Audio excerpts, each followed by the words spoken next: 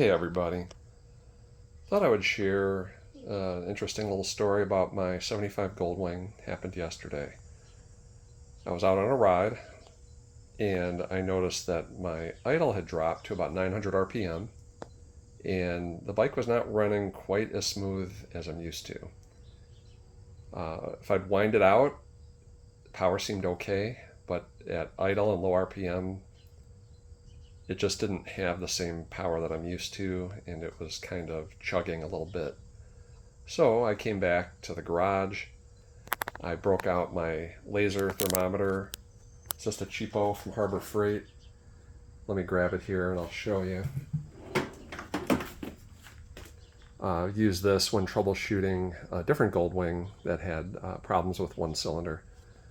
So basically all I did was I shot the laser on the headers and I found that cylinder number 1 was cold and the others were nice and hot.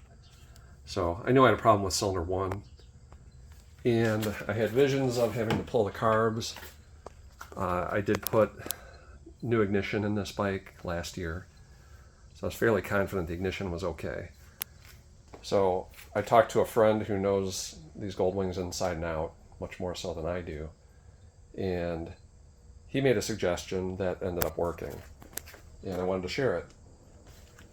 His suggestion was to drain the carburetor, which you can see that brass colored screw that's right here, that's the drain.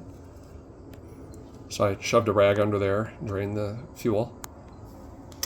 Then I came over here to the mixture screw, which is right here. Sorry, I'm trying to get it to focus, but here's the mixture screw. And before I removed it, I turned it in gently until it was seated, counting the turns. And I couldn't remember how I set this up before, but I'm at 1.5 turns out from fully seated. And you do this gently, you don't want to damage the screw.